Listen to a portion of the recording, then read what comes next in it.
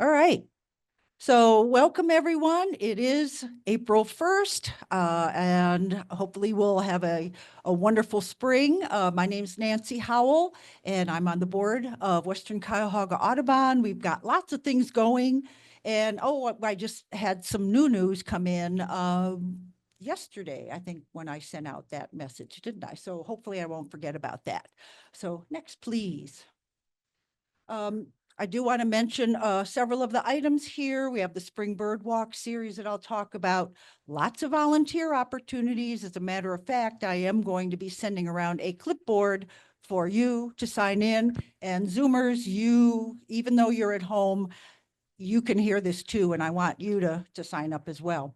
Other birding events of interest, and of course, our e-newsletter. So next. Okay, so the Spring Bird Walk series, the last 3 weeks of April and the first 3 weeks of May, mostly Sundays. There are a couple of places that are Saturdays or a slightly different time, but the Spring Bird Walk series has been going on for a long time, 92 years. I don't look 92 years old, do I? But and it's not just Cuyahoga County, it's Lake County, Medina County, Lorain County, Geauga County, of course, Cuyahoga County, Portage County, yes, Portage County. So lots of different places. So please, our entire list of walks are at our website, www.wcaudubon.org. Hit the Spring Bird Walks, the little button there, and they'll all come up, and you can see all the different places, and if there's slightly different times. But the two that Western Cuyahoga has leaders is at Big Creek Reservation at Lake Isaac, and of course the Rocky River Reservation. So those are at 7:30. Okay, next. Okay, volunteer opportunities. Well, we have two Earth Day events coming up. One of them is in Parma Heights, the Earth Day on the Commons, and that is on Saturday, April 26th. It's only half a day, 1 to 4. They are wonderful. They got volunteers to help move things from cars. It is rain or shine, so we do have a tent. We're going to, of course, have information about our organization. We'll have a craft for kids. We'll be chatting about making your yards more bird friendly. We've got games, we've got giveaways, stickers and stuff like that. So we really do need assistance. And my clipboard is going to be going around because we have a second Earth Day event, and this is at West Shore Unitarian Universalist Church. That one is an all-day event. I hope I'm getting this right. 10 to 4. Yep. And it's indoors. Again, super nice folks, nice setup. There's, I mean, it's just really a nice event. So we're going to have 2 shifts. So from 10, I think I wrote down 10 to 3. How did I write down? Is it 10 to 3 or 10 to 4? 3 is fine. Okay. All right. So we would like, we're going to set up early on Friday evening. So anybody coming to help to volunteer on Saturday, get there slightly before 10, stay until about noon or so, then or 1 o'clock, and then the 1 o'clock shift will come in. And again, real easy to find. So I have 2 sign-up sheets. The first sheet is the Earth Day on the Commons in Parma Heights. The second one is the the West Shore Unitarian Universalist Church. So that's going around. I hope to hear from you Zoomers too. We always need writers for our newsletter, for our blog, somebody to coordinate all of us because I'm uncoordinated. So we need a volunteer coordinator, somebody to help with some education events too. We're always thinking of some things going on, fundraising and friend raising as well. So, I mean, gee whiz, wouldn't you like to have wine and birds, beer and birds and brew, birds and chocolate? I don't know. There's potlucks, whatever. Let's get some other folks joining in. So please let me know. Next. Okay, a couple of other events that are coming up. First of all, if you want to know if you participated in the Great Backyard Bird Count, the results are in, and it's really fun to look at that website because there's photos from birds from around the world. I mean, ooh, look at this bird from India. Ooh, look at this bird from, ooh, look at this Asian bird. So people send in photos. And it's really, really fun. Oh, okay.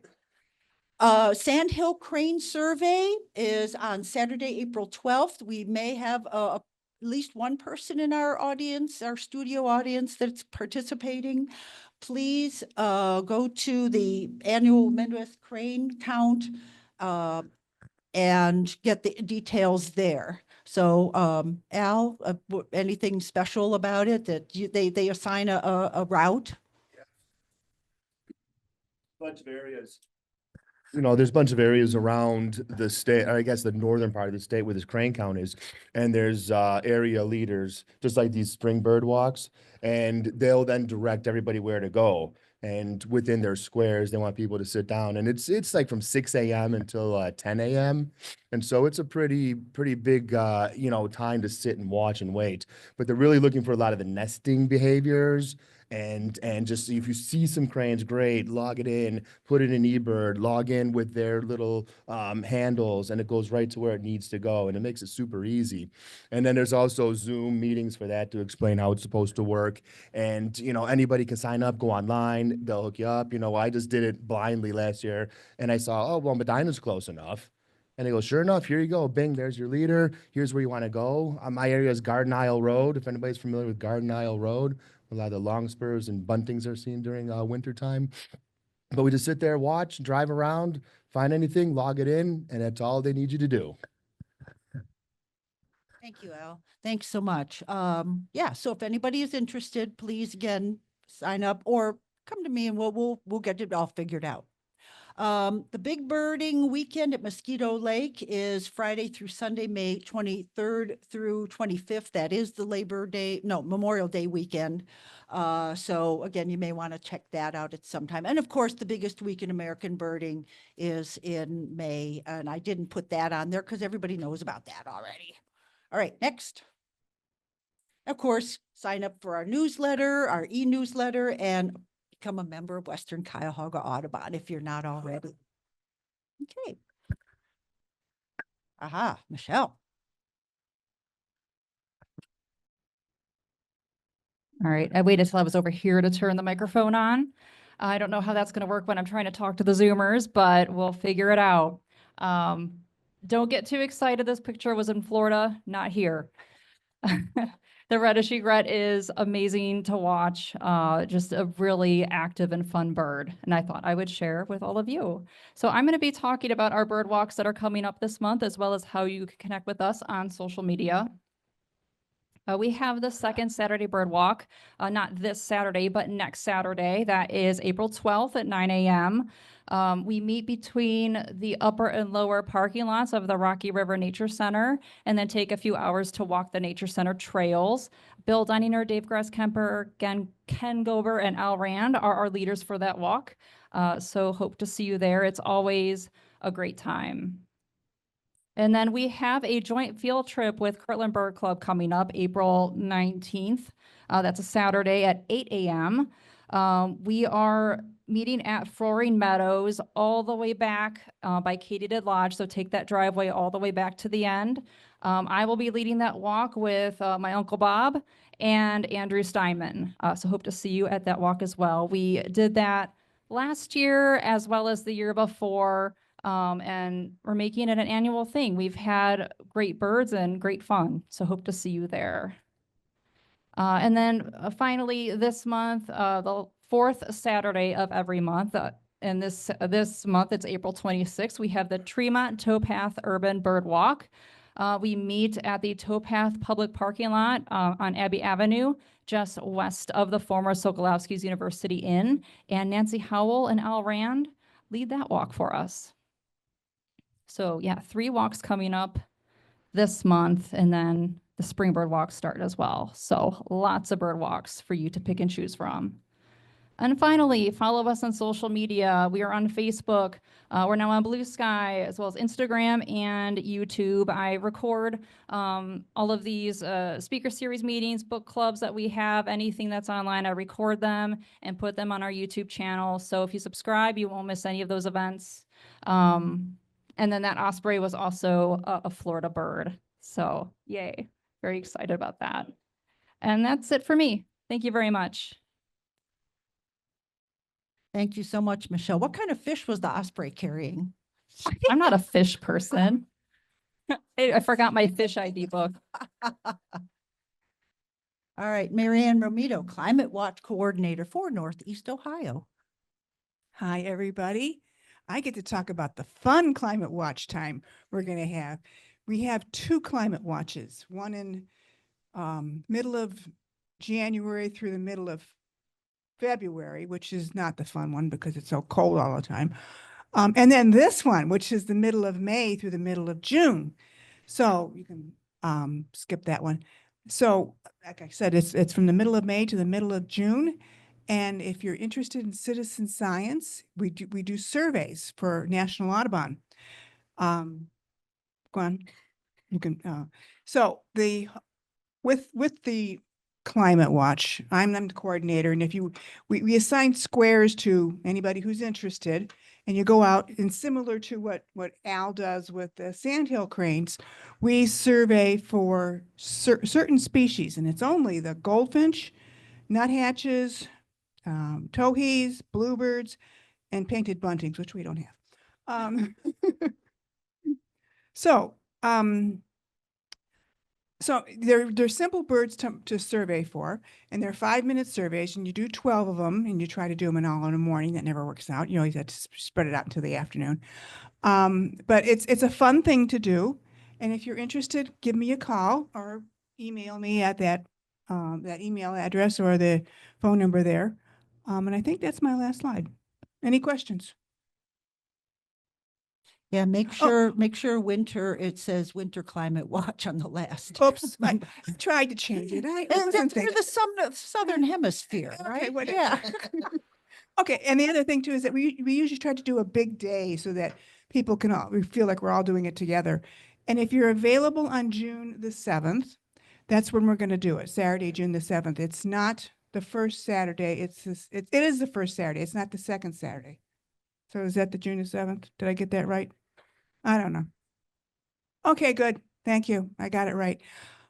Yeah, so that's we're going to do it on that day. But if you think you want to do it beforehand, the weather's better.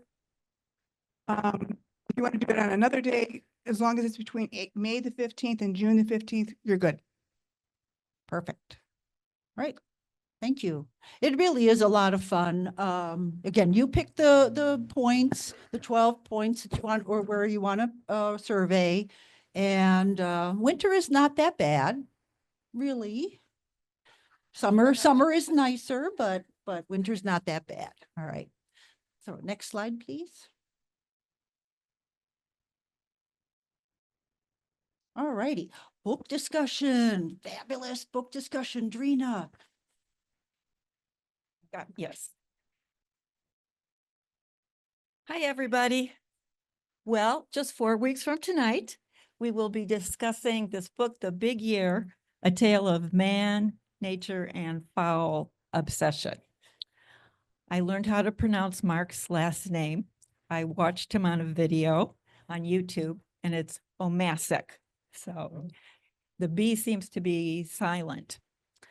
But just that little joke in there about fowl obsession, that's part of what he does in this book. And it's quite a wonderful book, very engaging. Besides the book, next slide, please. We thought we would also watch the movie and then compare them. And I watched an interview from 2013, the president of the National Audubon Society was interviewing Steve Martin, Jack Black, and Owen Wilson. It was quite funny. In fact, for me now, just seeing these names, Steve Martin, Jack Black, and Owen Wilson, gives me a giggle. So it is available on various platforms. There is a DVD available through the Cleveland Public Library too. Next slide, please. Well, here are the guys. Sandy Comito, he died last year. And I think in the book, to me, he's the one with the most character, or the most personality. And then Al Levanton and Greg Miller is from Ohio. Next slide, please. In a moment, I think you will see a slide about our speaker next month, Tiffany Kirsten. Well, she has done a big year herself. And she did the lower 48 states, the contiguous states, and her record was 726. Yes, just in the lower 48. She didn't get to Alaska. So we'll get to see her and hear perhaps about her big year. Next slide, please. Well, along with this big year idea of doing a big year, the book, I mean, it's a genre now. And just a few of the prominent ones, not that it's the first, but Roger Tory Peterson is such a father in the birding movement. His Wild America is from 1955, his trip across a good part of the United States. And then here we have Sandy Comito, Birding's Indiana Jones. He's not shy. A Chaser's Diary, that's 1990. Ken Kaufman, Kingbird Highway, the story of a natural obsession that got a little out of hand from 1997. Sandy's back again. I came, I saw, I counted. And then for a total for the worldwide big year, we have the big year that flew by, and it's by R. John, and I had to look this up too. I hope I'm pronouncing this right, but I heard David Lindo say it, and he practiced it for 5 minutes. Dewash Rosh, Argon Dewash Rosh. So 6,852 birds around the world. And he has the record now. So these big years are big deals. Next slide, please. So we're concluding our season 5 on April 29th. They've been great books, and you can find the discussions on our website. So, thank you. Thank you, Drina. Wow. Perfect. Yes, you. Yes. Our coffee coordinator, Amanda Sobrowski. I have to stand here. Hello. You're probably sick of hearing my spiel, but the coffee is certified by Smithsonian to be bird friendly. It's shade grown, so the habitat in the rainforest is left intact.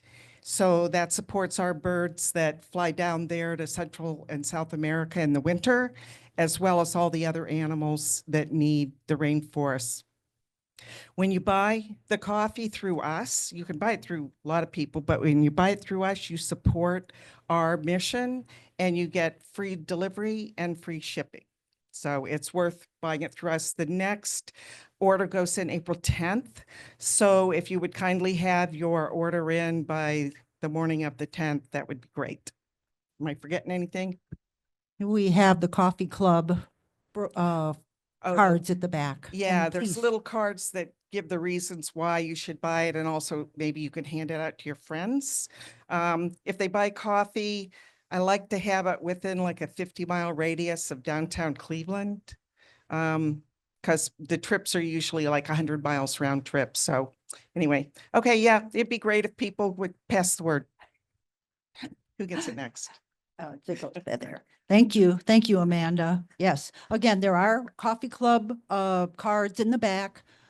Don't worry, pick up a bunch, take some to your workplace, set them by the coffee machine, hand them out. Try the coffee first. There's lots of different roasts, lots of different grinds, whole bean. So please, it helps us out, and it helps wildlife and birds too. All right, next, please. All right. Before I mention our couple of speakers coming up in May, and then, of course, tonight, I do want to mention that Western Cuyahoga has a project to put a purple martin condos at the Cuyahoga County Fairgrounds. We have not gotten the post in yet, depending on the time of the fairground people. But we had 2 grants for funding, and we got $500 from, oh boy, I just lost my mind.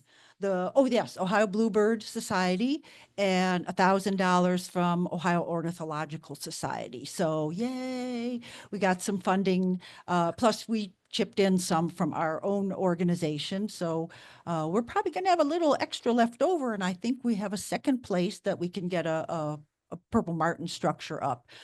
Purple martins are aerial insectivores. Their numbers, like chimney swifts and whippoorwills and nighthawks, their numbers are dwindling, possibly because of the lack of flying insects, the number of flying insects, but also the lack of places to nest. So hopefully we're going to get some started maybe this year and hopefully next year. All right. So May, as Drina mentioned, Tiffany Kirsten will be speaking with us. Birdie Big Year. There you go. Elevating Women Birders. And she's going to be doing Tuesday, May 8th. Oops. Oh, it's a Thursday. Okay, sorry. A Thursday, May 8th. Sorry. We'll have to fix that. And it's going to be, she's going to be coming to the Brook Park branch of the Cuyahoga County Public Library, because this branch is going to be used for something else.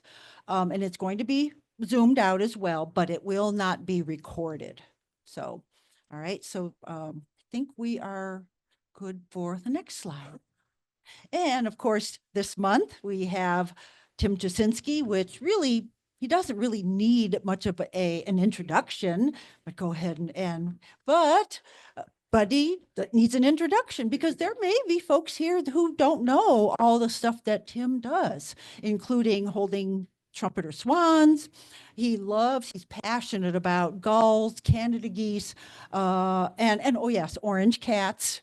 He has lots of kitty cats, but his work with the wildlife that comes into the Lake Erie Nature and Science Center, the birds that from Lights Out Cleveland go there, the birds that are injured are rehabbed to the best of the ability of the staff.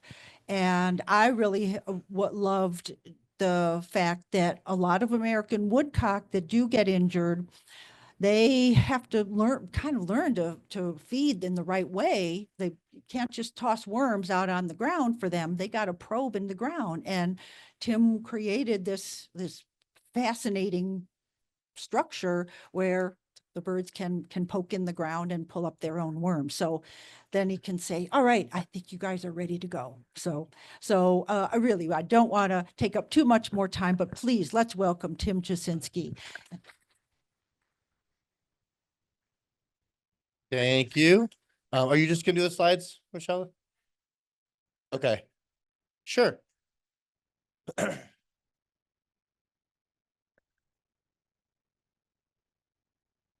I do have a lot of cats. I have 10 cats. They're all indoors, of course. 6 orange females, which is rare. It's like males are usually, it's predominantly a male color. And so I just fell in love with orange females. So I added a few to my house. And then I have 2 calicos, 1 tortie, and 1 Bengal. So I'm obsessed.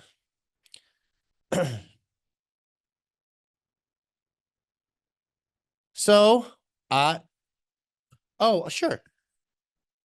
I never remember what's in there anyway, so I go back and forth. That's fine. Thank you. So I talk really fast, so I talk real fast, and it's people can't understand, just let me know and I'll try to. I also like wave my arms all over too, so I'll try to keep the mic here if I can. So we do a lot of stuff at Lake Erie Nature and Science Center, but I am the only one that does rehab only. We do obviously do programs like this, but there are other staff members that work with me that also do wildlife rehabilitation. They're also amazing too. This is our general audience. We actually added these up slides into our all my presentations because it really shows our audience for people that come to Lake Erie Nature and Science Center. So that's pretty awesome how many people come to visit us. And we track that through when people come to visit. This is the where most of the animals come from. So obviously the darker counties are like Cuyahoga, Lorain, Lake, Summit, things like that. But they're kind of from all over the place. The one down there in the middle, that's Ohio Wildlife Center. We get animals transferred for them. But it's pretty amazing how far of a reach our audience is when they bring us animals. It's pretty incredible stuff. So in order to become a rehabilitator, I don't know if there's slides in there, but I'll add it. We have to have a lot of permits involved to do what we do. We have to have U.S. Fish and Wildlife permits, and there's in Ohio, things are federally all the same, but Ohio, all the different states are different. So Ohio, we have Category 2 rehabilitators and Category 1. Category 1 is generally home-based rehabilitators, just take care of injured or just orphaned mammals, and they've added possum babies to that list too. So they could do squirrels, cottontails, which are not rodents, and like mice and things like that, woodchucks, and they added possums last year. And then Category 2 is all that plus birds, plus endangered and other different permits you can add to that. So all the little, I can't even tell what color it is, I think. So the red, I believe, is orphans only, which are the Category 1, and Category 2 is the blue. So that's like, we're kind of spread out thin throughout the state, so we need more rehabilitators because a lot of stuff gets injured. And when I do these talks, there's so many negative things that happen because of humans to our wildlife. So kind of my talks are never like always the greatest, and I try to like make it happy, but like there's so many things that are involved that are sad. It's so it's a realistic part of our job, you know. Wildlife rehab is predictable, sort of. So every day is different, but we kind of zoom out, look at natural seasons of change, and we can kind of predict what animals are coming in. So January, so this is kind of a cool way where we go through and talk about like month to month, because I started doing that. We did this for our volunteers last, was it a month ago? And so it's kind of neat. So it kind of like goes through what happens through rehab each month. So coyotes are eating kids and cats and family members. That's not true. People think that's true. They're not. Coyotes are nesting. Oh my gosh. Coyotes are breeding in January. It's mating season for skunks and possums and raccoons and things like that. This year it was a little bit later because it was so cold for so long. I didn't see a lot of raccoons in my yard almost until February. Bats wake up because our houses are cold. When it's cold outside, we crank the heat up in our house so the heat rises. So when the bats are roosting in an attic, when they're usually generally sleeping, it gets too warm and it wakes them up. So then people find bats in their house, and that's never a good thing ever. And then landlocked divers, we usually get, the lake starts to get cold, starts to freeze, and waterfowl often mistake roads for icy roads and parking lots for open water. So they land in there and they kind of get stuck. And I wear shorts year round. It's a joke between my coworkers and me. I do wear shorts. I think I wear pants like maybe once or twice a year. If I'm on the lake birding for like hours, I'll bucket up and wear pants, but I generally hate it. But I'm probably not wearing pants. So a little angry, little ruddy duck there in the corner. And then that is not an Ohio bat species. I don't even know what species it is. I just took it offline because I had no bat photos in my phone somehow. February is kind of starts baby season. So we had a squirrel, I think it was February 9th, that was injured by a car, and she had babies a couple days later. They didn't survive, but it just shows baby season was already there in February. Of course, great horned owls are on nests in January. So I forgot to add that. Oh, did I add that on there? Didn't I? February, baby bunnies, baby raccoons, baby squirrels, loons and diving ducks are getting stranded. Last year we had a branchling eastern screech owl come in. I think it was February on Valentine's Day, maybe. And that's actually really early. But last year was a little bit more mild, so we were able to. They probably had more available food, and they were able to breed a little bit earlier. But you can see how this loon, their feet are set so far back on their body for diving, so they actually can't walk on land at all. So when they land on a driveway or a road, they're stuck. Same with these horned grebes here; they just cannot get up off the ground because they're just stuck. So They actually nest, both the grebes nest. They make a little loop around their nest and it floats like a little floating nest platform. And when the water level rises, it kind of rises above the plants and it like kind of goes up because they make a little loop around. It's pretty cool. And then a lot of these photos are some for the public sent us because it's always hilarious and what they send. So that bunny photo, we always say, well, how big are they? Because we can't take care of nursing mammals at Lake Erie Nature and Science Center because we're not there long enough to do the proper feeding of them. So we said, send a picture. So she put a envelope next to it, which was pretty good. And she put my coworker's email on there. So it's kind of funny. And that little top left guy is a baby squirrel. You could tell baby squirrels from baby bunnies or other things because they always have black nails. That's one way to tell if it's a squirrel versus a bunny or a Sasquatch, people find calling about. March is more baby bunnies, shockingly. I don't know if you know that bunnies have babies almost all year round. And great horned owls are angry and fluffy and mad. Actually, I just got a phone call today from a baby great horn that was doing that exact same pose in their yard. And I'm like, he's fine. They actually leave the nest and often are on the ground at that age, which is unusual for most fledgling raptors.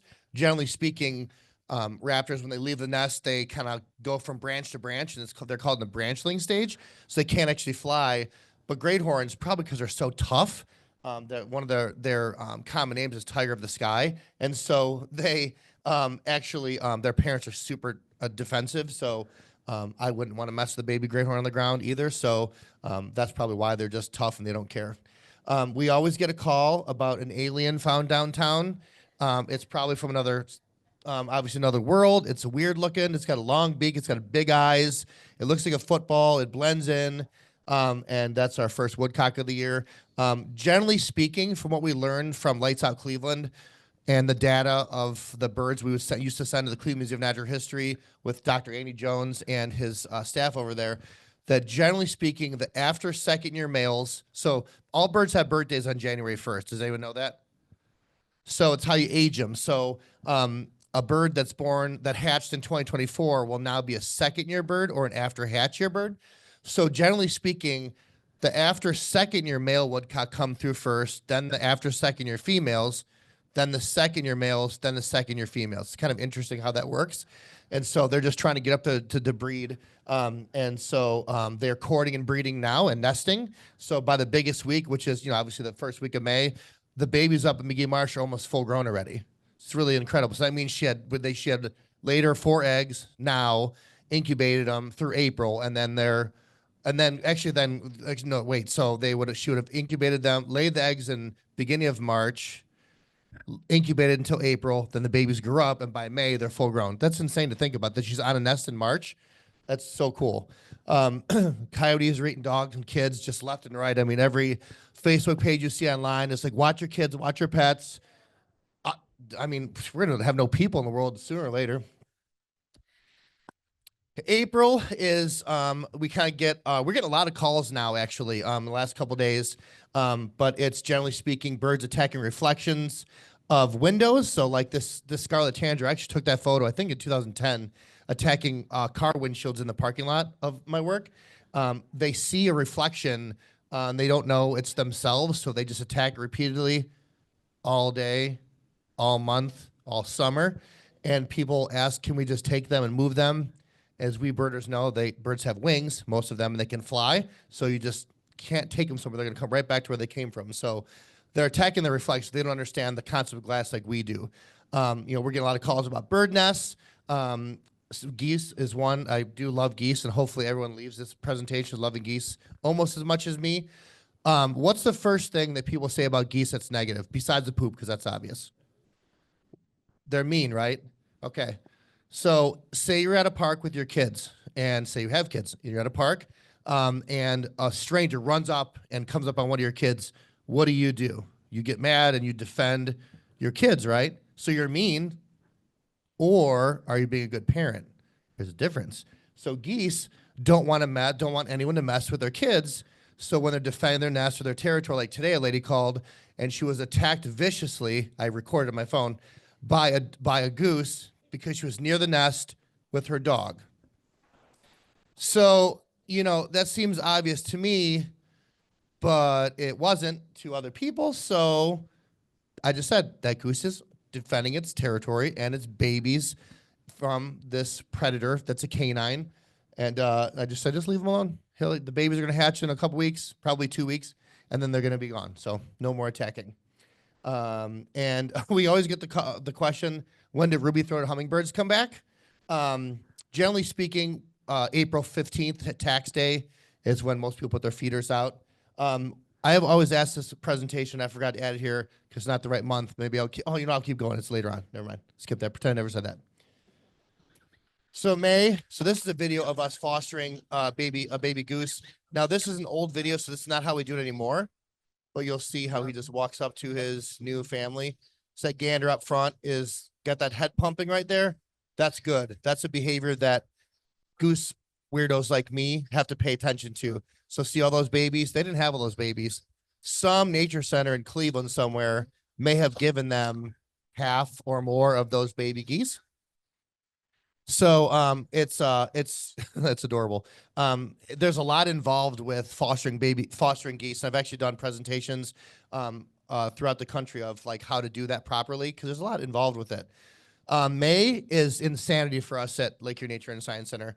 We're on the phone all day long. We get about 6,000 phone calls a year, and most of those are from like May through August probably. And it's anything from how many kids are eaten by coyotes in your city to when do hummingbirds come back? What do I do with this? What do I do with that? So, and we have to do that while all taking care of all the animals. So, baby geese, we foster them. Baby ducks you cannot foster. If you try to foster a mallard baby with a hen mallard and they're not hers, she'll kill them. She knows somehow that they're not hers and she will not allow it. So we actually raise all of our young mallards together, not together because they kill each other also, but we raise them, at the center until they're fully flighted. Baby songbirds like crazy, baby grackles, baby cardinals, robins, things like that. The fawn calls start pretty much like right in the beginning of May. And one of the funny, when we talk to people on the phone, they say some things that like they're being serious and you're just like I'm pulling the rest of my hair out. There's not much left, but there's still, still some to go. And they'll say, I got this fawn in my yard and it's so little. Like it's so little. I'm like, teenagers aren't born teenagers. They're born real little. You can't fit them in there, So it's just amazing how many, and it's all like literally from the beginning of May through like beginning of June, maybe June 15th, it's just nonstop fawn calls. Cause generally speaking, there's 2 breeding seasons for deer, around Halloween. And then about a month later. So you generally get, kind of fawns a little bit later, but it's nonstop with the fawns. And sometimes it's frustrating because the people are calling and they think they're orphaned. Cottontails and white-tailed deer are the 2 animals that are thought to be orphaned the most because they're left alone by their mother. And that's a natural thing to keep them away from, predators and it just keeps them safe. But we as primates, our children are always with us, hopefully.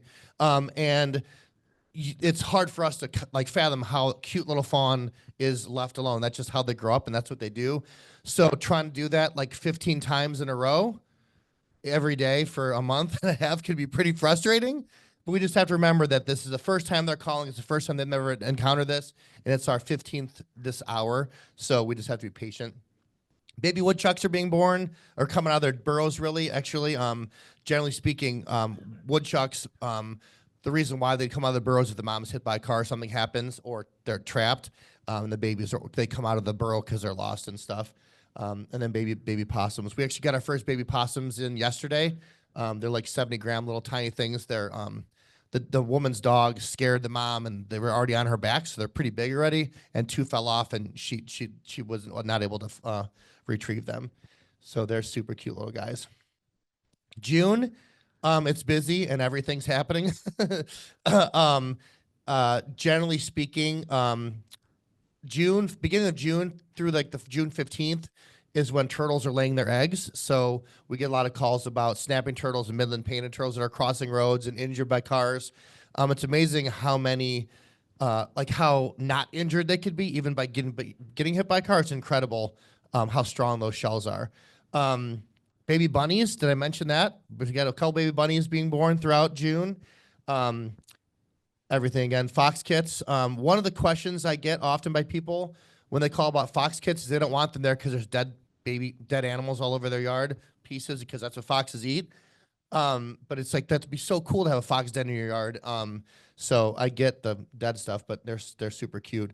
Last spring we had a situation where a lady had a fox den under her shed, and she tried to move the shed, and it injured one of the kits' paws.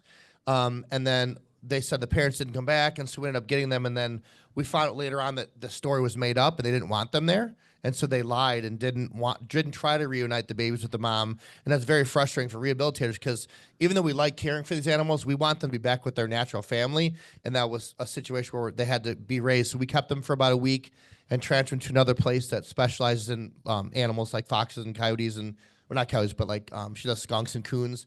And she raised them until about September. Then we were able to join with the release. So that was kind of cool. Turkey vulture chicks, those two fluffy things in the middle are baby vultures. They stink as much as you think they would. Their defense mechanism is they'll throw up on you everywhere. And they're already eating gross dead stuff. And so add that with digestion, it's real fun smell. But the cool thing is at our mallard release location, it's there's a place in Westlake we release most of our mallards. And they have an old barn, and they have a turkey vulture pair that nests there. We foster babies to them. So this pair of chicks actually was in a house that was sold. It was like a house that was empty and vacant, and it was sold. And they were taking the house down, taking the shed down. The two vulture chicks were in the rotten shed in the back. So once they took the shed down, there was nowhere for the birds to be safe. So they had to come in to us. But then literally about 24 hours later, I had them fostered with this wild family. I never did it before, but I knew it worked from other rehabilitators. And they raised them to full flight. The parents did a great job. Their babies stayed so they had that year they had 2 babies, and we gave them 2. They raised all 4 to flight because I put a camera up there and I paid attention. And then last year they had 1 baby, we gave them 2, and they raised all the flight. But what's interesting is they stay separate. Our baby stayed in one corner and their baby stayed in the other corner, and they just maybe waved at each other, but they didn't actually interact with each other. So it's kind of cool. Mallards, actually was just on my way here, not on my way here, went in the parking lot. Be safe driving. I was texting a woman that works at a place in Rocky River somewhere where a hen mallard has her babies every year in this courtyard. It's actually not even a courtyard, but it's it's next to a big tall building. There's it's like a little cellar kind of thingy, and it's full of vegetation that comes up to my chest. And this hen mallard has her ducklings in there every year, and they can't get them out because the walls are like 7 feet up. And so we have to assist with that every year. We go out after work and help either try to catch the mom, which is tricky because she's smart, or try to get all the babies and get them up off out. It's a really terrible situation. But most scenarios with courtyards is the hen has a nest in there, and she doesn't understand that she can't walk them out of a courtyard. You know, she doesn't understand the concept of what that is. So she hides in the bushes, and once they hatch, our recommendation is to walk. You can open a door, and you can put tables like these tables sideways and make a little tunnel, and walk the babies through the door, through a courtyard, or through the hallway to the outside of another hallway to outside.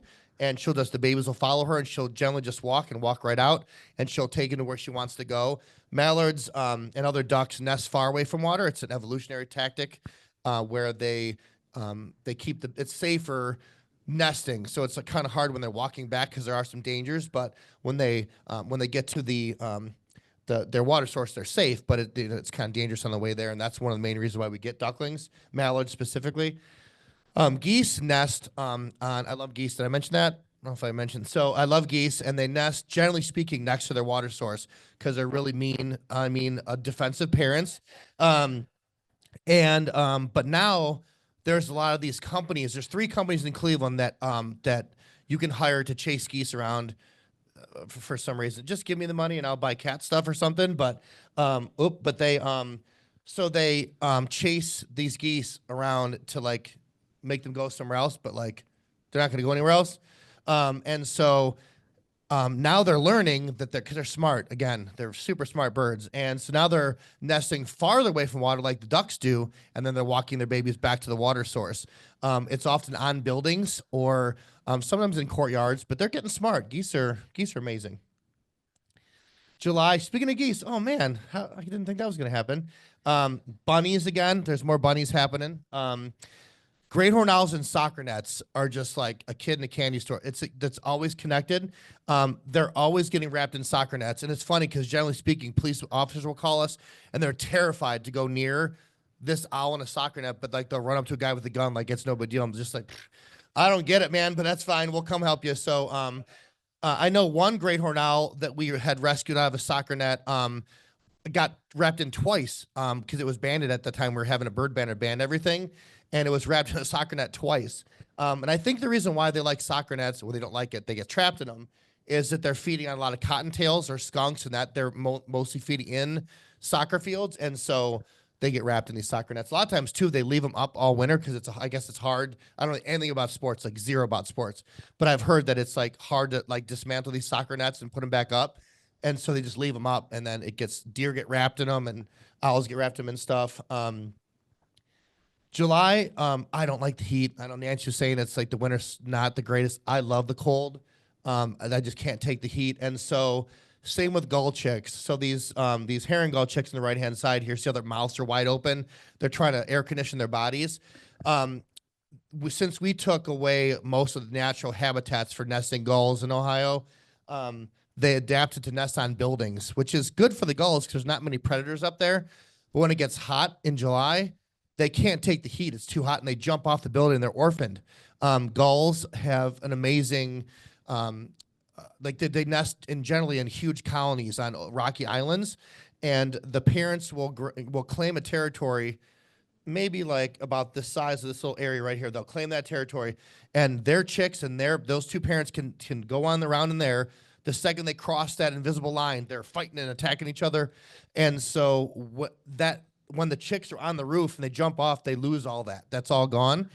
Generally speaking, if it's an area that's not where there's a lot of people, they'll still take care of the chicks on the ground, but it's a little bit mixed. But most of the places that we're dealing with in Cleveland are very populous areas. A new ring-billed colony just showed up in Parma. If you guys anyone are familiar with that area, in between Brook Park, Snow, 130th, and Chevy Boulevard. There's a bunch of big buildings back there. A huge ring-billed colony evolved last summer, and there were dead gull chicks everywhere on all those roads because they jumped off the buildings, and they were just wandering around because the parents weren't there. So it was terrible. And they just can't take the heat, so they just jump. And waterfowl, did you know that waterfowl are flightless during the summer? This is not an April Fool's joke. This is for real. So if you look at these amazing birds right here called Canada geese, they have, you see the babies are like kind of half grown here, maybe third grown. They molt all their feathers all their flight feathers at one time and then regrow them. So it takes about 4 weeks to regrow.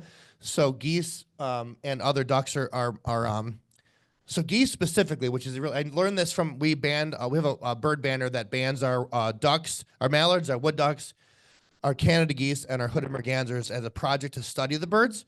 And I learned just from watching our rehab birds that Canada geese, generally speaking, the adults molt their flight feathers when about the chicks are around 4 weeks old. And then by the time they're flighted, their babies are flighted. Ducks, on the other hand, wait until they raise the brood, then they molt, which is really interesting. I never noticed that before. So it just makes sense because they only have one parent, generally speaking, besides the whistling ducks, where both parents take care of them. Generally speaking, most ducks are on their own, just the female taking care of them. So they evolved to, that's why I have double the amount of babies. And so I just think that if they lost their brood and they already molted, they wouldn't be able to pass on their genes, so they evolved to wait to molt until after. So I was seeing wood ducks and mallards that were in molt in like August, September last year. It was really interesting stuff. So you never know what you're going to learn with these crazy animals. August, baby bunnies again. I don't know if I mentioned that. A little bit of bunnies. Birds in your chimney. It's obviously chimney swifts. As Nancy mentioned, chimney swifts are on the decline across the range in North America. Many reasons why. I think one of the main reasons is obviously insects, but everyone's capping their chimneys because they don't want raccoons in there. And that's a very important nesting area for chimney swifts. Talked to Amanda. She runs that. What's the chimney swift? Something. Northeast Ohio Chimney Swift Society. And so she works with getting places to put up chimney swift towers. It's really amazing stuff, but they're a bird that's on the decline. We generally get them in August. End of July sometimes, but usually the beginning of August we get babies. West Nile virus is a virus that showed up in 2001. And it just decimates raptor populations and corvids specifically initially. Now they're kind of getting immune to it, but we still see a lot of young birds in July and August with West Nile virus. And it hits the corvids real hard, and American crows never survive somehow. It's just I don't know, they just don't survive. We had one fish crow come in last year, and actually we still have that bird. It's hopefully releasable, but it did live through it, but it's still got a lot of issues going on. So we're hopeful that bird will come around.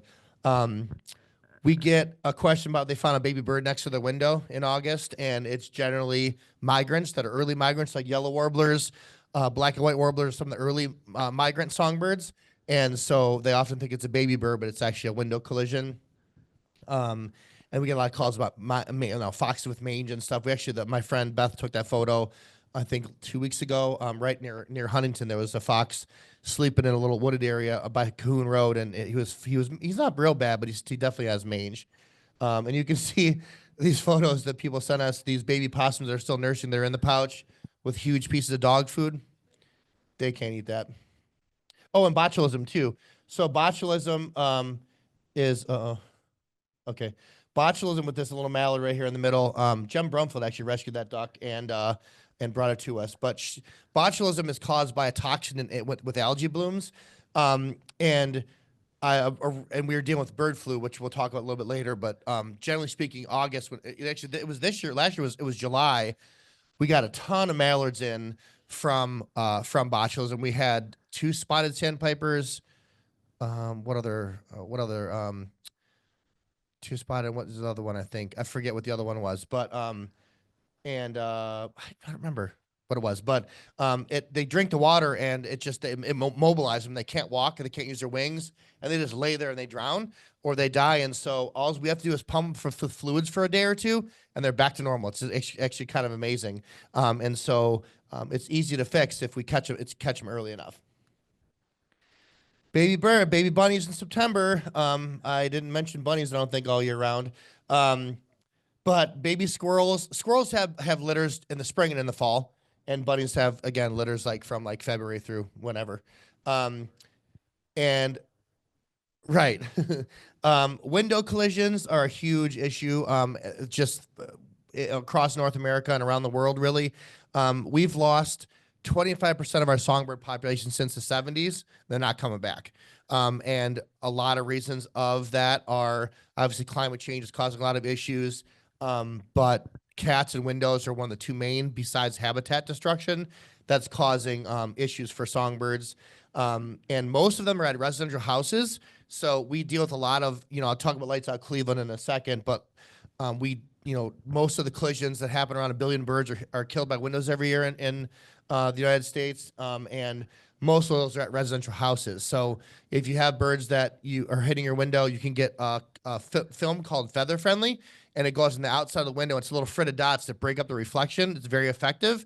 And generally speaking, you won't have any more collisions on that. A lot of times people will say, I found a bird. It's the first time ever. It's the first time you've noticed it. I'm sure since the glass has been up, your collisions are happening there. We always want to be very vocal about, if you have a bird that hit your window, put it in a box and get it to a rehab center right away. You can see this white-throated sparrow. Its head is huge from the swelling. When they hit a window and they don't die from a broken neck, people often think, it's from brain swelling, cranial swelling. And so it just swells and gets worse and worse. And so even if a bird flies away, years ago, the recommendation was, if a bird hits your window, give it a half an hour and see if it flies away. But that's like saying, if you got hit by a car, see it a half an hour and see if you can walk a little bit later, you'll be fine. you got injuries going on in there. You know what I mean? So you got to get those treated. So so always put them in a box. Michelle Manzo has a robin in her car right now for me. Probably a window collision or who knows what's going on. So just put it in a shoebox or a brown paper bag and get it to a rehab center. If it's after hours, just keep it in a dark, quiet place overnight. No food or water. No milk for birds. That's very common for people doing that. I don't get it, but they do. So collisions are happening crazy in September. October, these photos, man, these people sent us. So that would be like if a T-Rex was still around. He picked up Nancy. He's like, "Oh, Nancy, you're so cute." Oh, Nancy's like, "I'm dead. I'm going to die. That's what's going to happen." And they don't know that you're trying to help. So we always, with wildlife, they're terrified. They don't know we're trying to help them. They think we're going to eat them. So the less we do, the more, the better for them. So it's just, don't do that, please. Thank you. Baby bunnies again. I don't know if I mentioned that. And more window collisions. Obviously, this black Bernier warbler. This is a spring photo, but it's a good representation of what happens to these poor birds. That bird spent the winter in the Andes Mountains, probably throughout the winter. Flew all the way from who knows where in the Borough Forest of Canada to fly through Cleveland and hit a glass window and die. It's just insane that just that many birds hit windows and it's just sad. Blackpoll warblers especially. Does everyone know the whole history of Blackpoll warblers and how they migrate? Have you guys ever heard this? This is insane. So I learned much more of this little spiel from Harvey Webster, the former chief wildlife officer at the museum. But they spend the summer in Alaska, breeding northern Borough Forest, and then in the fall they migrate kind of southeast to the coast. And by that time they double their body weight. So Blackpoll's around 10 or 12 grams. They'll be 20, 24 grams by the time they get to the coast. Then they fly straight out in the middle of the ocean, way out there, and then they hit the northeast trade winds that take them to a nonstop flight to Venezuela, and it's like 48 hours of flying.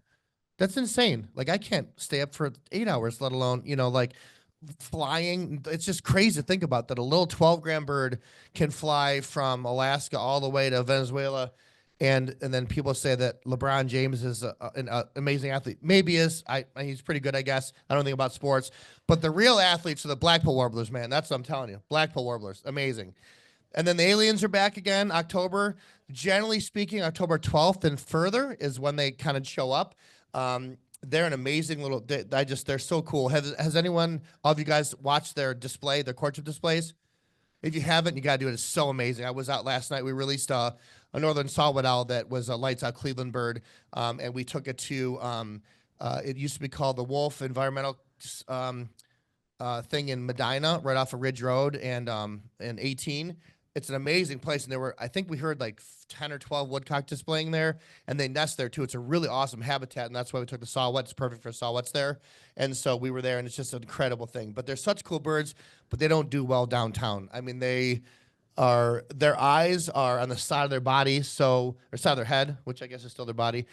When they're feeding, when they're probing in the mud, they probe and they probe, and they feed on worms, and so in captivity, they don't do that. So we used to, years ago, we had a little tray of worms in there with a little bit of dirt, and the females are bigger than males, but their beaks are pretty long, so they're not gonna be able to eat out of a tray like that. So I started thinking, what can we do to keep these birds eating, to get them to eat? Because if they don't eat, they don't survive, like any of the animals we take care of. So as long as you can try to mimic their habitat, which is not always easy, but you can kind of do it, it gets them going. So we have these square cages that we have the birds in, and we fill it with a few inches of dirt, and then we put a couple bricks in front so the dirt doesn't fall on the floor. And then we have a big dog food bowl that's full of night crawlers. I mean, like full. We have I think we have 4 to 6 flats of night crawlers in the fridge this time of year because we get so many woodcock. I think last spring we had 24 at one time in care, and they eat like a lot. It's just insane how many worms. It's crazy how many they can eat. Once they start eating, they're pooping like crazy. Whew, it's amazing. But so they're such cool little birds, but they're very, very stressy. So their eyes are on the side of the body, so when they're feeding, they can still pay attention. And so when you get near one, they kind of flatten out and they look like the ground. And then when you get too close, they fly in front of your face and scare the heck out of you. You have no idea what just happened, and then they're already gone. And so that happens in rehab when they start feeling better. So we put foam on top of the enclosure so when they flush up, they don't re-injure themselves. And it works out really well. We released 5 on the Sunday. The Sunday before, I think we released 5, I think, as well. So that we only have 2 in care currently, and most of those are birds that are rescued from the Lights Out Cleveland volunteers. And so they're such an amazing little bird. November, kind of speaks the last of the migrants coming through, the last of the passerine migrants, sorry. When American tree sparrows start showing up, we know that's kind of towards the end of migration for the songbirds. Turkeys attack policemen. This is a real photo from right across the street from our reservation at work. These 2 gobblers, a guy had pulled over a woman for speeding, and they pulled him over and chased him around. There's videos on it. It's hysterical. This cop running from these turkeys. So they attack their reflection in the car and the rims of the car. So it's hysterical because they think, I don't know what they're thinking, but I'm thinking that's hilarious. So the girl got away with not getting a ticket, which was kind of cool. So maybe she loves turkeys now. See, that's so funny. When do you guys take your hummingbird feeders down? What do you like, August?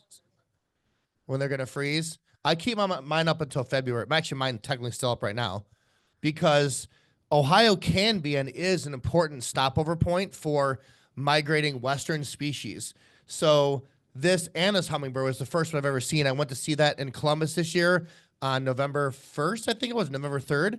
A woman named Jerry had it show up at her house, and there's could be a lot of species in Ohio. There's a guy named Alan Chartier that's studying hummingbird migration, and he's a bird bander, and I keep in contact with him because there's at least 1 or 2 to like 15 rufous in the state in Ohio in the winter. One year, me and my crazy friends drove literally across the whole state of Ohio. I would not recommend that. It was an 18-hour drive. We drove from Cleveland straight to like down by West Virginia to see a calliope hummingbird, which I named one of my cats Calliope after that. Then we drove to Cincinnati to see an Allen's hummingbird. And then we drove to Toledo to see a Rufus hummingbird, and then we came home. That was, I think, December 6th, 2022, I think it was. Again, I don't recommend. That was a horrible trip, and it was terrible, but it was fun. We spent about a minute and a half with each bird, and then we left.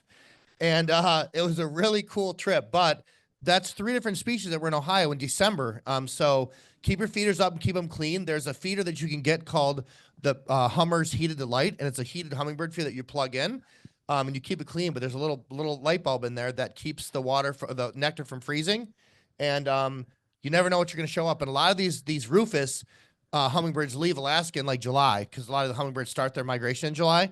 So they're heading down. They do it's called an elliptical migration. So they kind of fly southeast and then down to like the southeastern states, and they kind of winter. They molt there, and then they continue their migration. So this Anna's hummingbird that was at Jerry's house, when she got there, I think she was spent like almost a month and a half there, but you could see she was actively in primary molt while she was there, which is really, really cool. And then for us, conference season starts in November. So I'm on the board for Ohio Wildlife Rehab Association. So we have a conference in November, beginning of November. And then I've always asked to speak at New York Wildlife Conference. So I go to New York and I spend a couple days there, which is really fun. This last week or last year, I just missed that crazy snowstorm by like a week. That would have been terrible doing that, but it was really cool. So November is kind of starts conference season for us. And in December, no babies, bunnies. I didn't mention that. Mange, bats in houses again. This year, bird flu was a huge issue. It's a natural virus that happens. It's been in wildlife populations for a long time. But the problem, it's been here since 2022. And actually, we realized that we had the first case in the state in 2022. We had a Canada Goose that was sick, but back then we didn't know what it was. So all the symptoms were there. We just didn't know what it was. So this year was particularly bad for bird flu because it was so cold for so long that we had a lot of snow on the ground for almost a month or more, which in Cleveland anymore, that's really rare. And everything froze up because it was so cold. So the only open water spots available, these birds are congregating, and that just caused more of an issue for them to be packed together.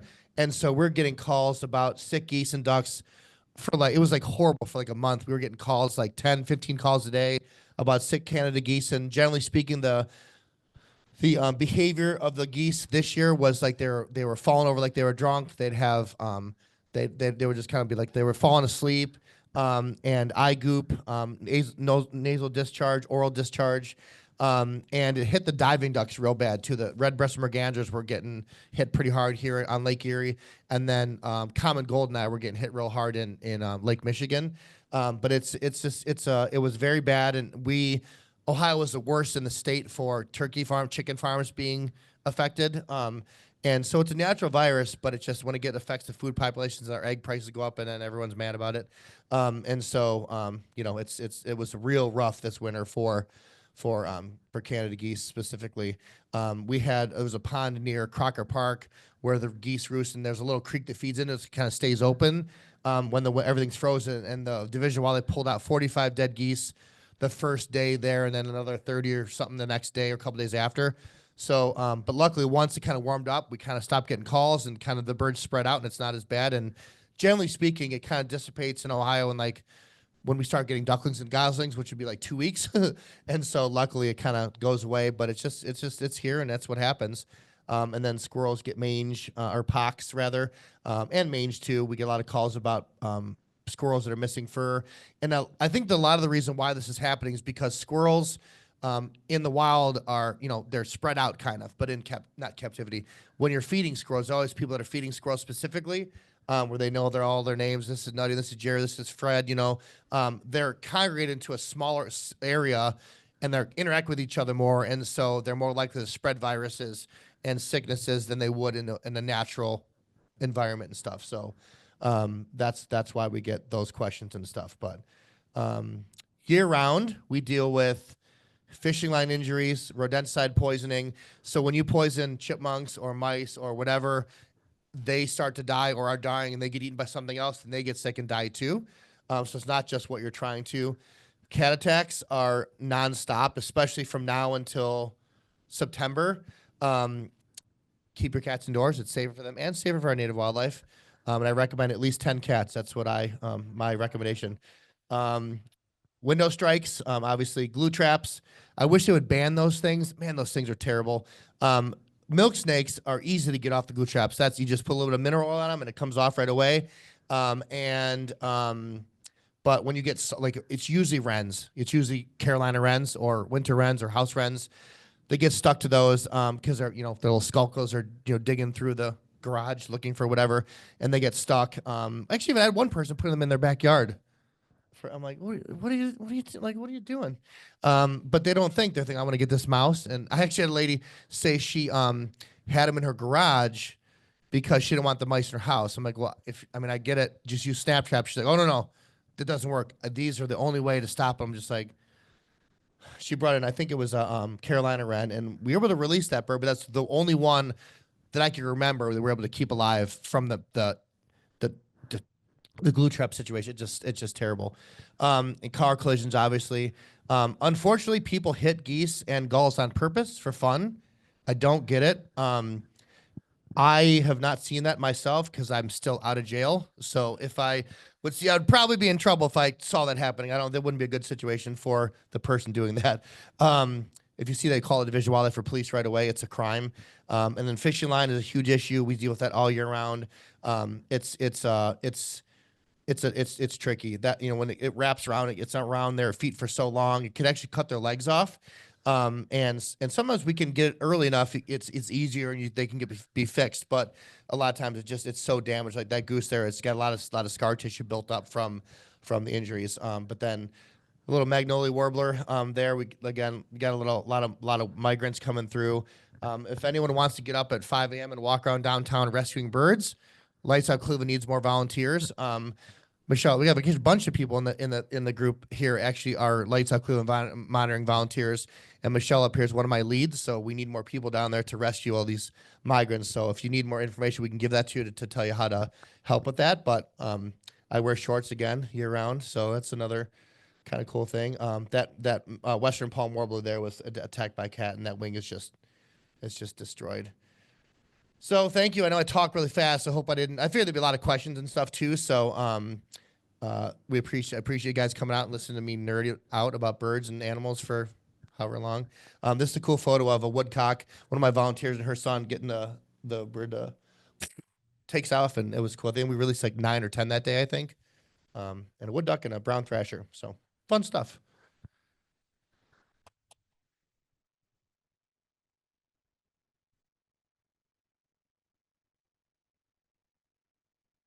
Oh yeah. Thank you so much, Tim. Wonderful. We can get some questions. Let's start in our studio audience here. And I want to bring the microphone so that folks on Zoom can hear the question as well. In this neighborhood right here, we've been seeing more and more of our friendly coyotes. Are they going to help take care of the cat problem? But there's Stan Garrett is, I think that's how I say it last name, is a researcher that's been studying coyotes in downtown Chicago for a long time. Am I loud enough? Do you want both to? Okay. Oh, that's okay. So Stan Gert is a guy that's been studying coyotes in downtown Chicago, and I think there's evidence that the cats mostly stay away from the coyotes. There's not much of a cleanup from that. So unfortunately, no, they don't affect it like we would hope they do. Now I love cats, but you know, they don't belong outside. And I think the TNR, which is a trap, neuter, release, they changed the trap, neuter, relocate or return or whatever, is not an effective program. It just doesn't do anything for the population. It's just, we need education out there to keep cats indoors and prevent them from, and then getting them fixed and stuff. So no, unfortunately it doesn't. But they eat a lot of kids, I heard, and you know, pets and stuff. I mean, the dog population, kids are going down. So,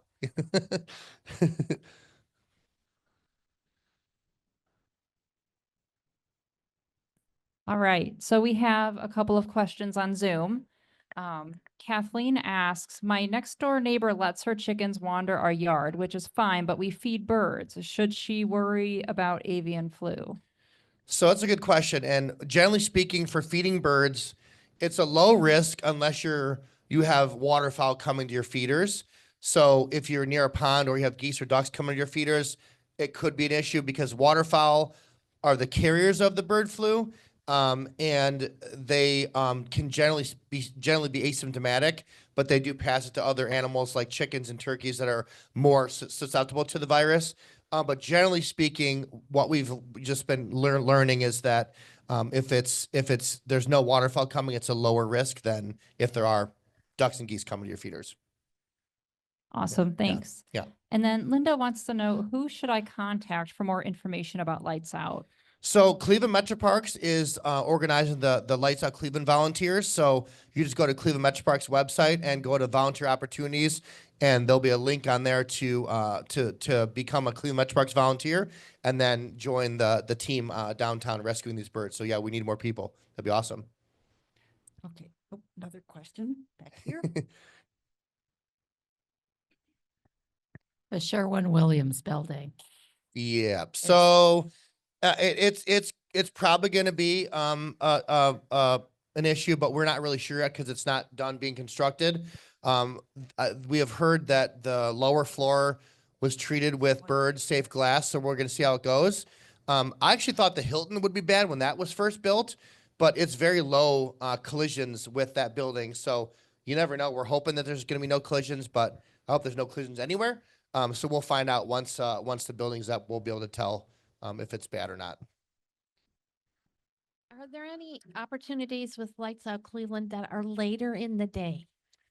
I wish there's not currently, and the main reason why that is because the birds that we're trying to target are birds that are migrating, and mostly these songbirds are migrating at nighttime, and so they're getting affected by the city lights, which they come down to the city, and then they're trapped in the buildings, you know, flying around the buildings and getting injured and being killed. So generally speaking, we're a little bit before sunrise and after sunrise. And at sunrise is the collisions are happening is at sunrise. So generally speaking, there's still going to be collisions later in the day, but most of them happen right at dawn. So not right now, but yeah, I wish it was later, but the birds choose differently. Any other questions here? How about any other questions? Does anyone from- love geese more now? Please everyone raise your hand. Everybody, there we go. I have a question. Yeah. And I did an article in one of our issues with the spotted lanternfly. hmm People are putting up, or one of the things they should have shown on sites, putting up sticky traps around the tree trunk. So No. they did that. Somebody did that downtown last fall, and brown creepers galore were stuck in those. And so that was rough. Yeah. So even a squirrel was he got out, but we noticed all the fur in there. So yeah, don't glue trap. And I get the lanternflies are bad. We want to kill them. You know, that's but there's different ways to do it. The glue traps are not. That's real bad. Any glue trap, especially like out free in the middle of the environment, is going to be a huge problem. Brown creepers, golden crown kinglets, a downy got stuck to them. So any of the clinger guys are going to be targeting that. Yeah, that was rough. Yeah. No other questions. Well, again, thank you so much. This was so exciting. You're a great speaker, enthusiastic, Yeah. informative, funny, but yeah, passionate. Yeah. That's what I can say. And I appreciate that. Yeah. And I have different programs I do, and this is kind of a newer one that we're doing. And so it's just kind of show what we go throughout the whole year. So it's kind of a mix of what happens. There's less negative things in this presentation, although there's still negative things, but yeah, it's rehab. It's a job. It's just I get paid to do fun stuff. And you So- need some volunteers there. Yeah, we're always looking for Yeah. volunteers. Yeah, go to our website and get an application filled out and stuff. And we're always looking for people to help. Michelle helps not only do Lights Out Cleveland, but she also helps out in rehab and our animal care with our program animals. And Amanda, she does so much stuff. I don't even know if wouldn't have her, I wouldn't have. It's like she saves us so much time. She puts all of our data into the computer. That's like 3,000 Lights Out Cleveland birds a year, plus the 2,000 the public bring us on average. So like it's like Amanda's. Clap for Amanda, please. She's amazing. It's just our volunteers are awesome. So yeah, we're always looking to get more volunteers. So yeah. Fantastic. Yeah. Well, with that, thank you so much, everyone, for being here.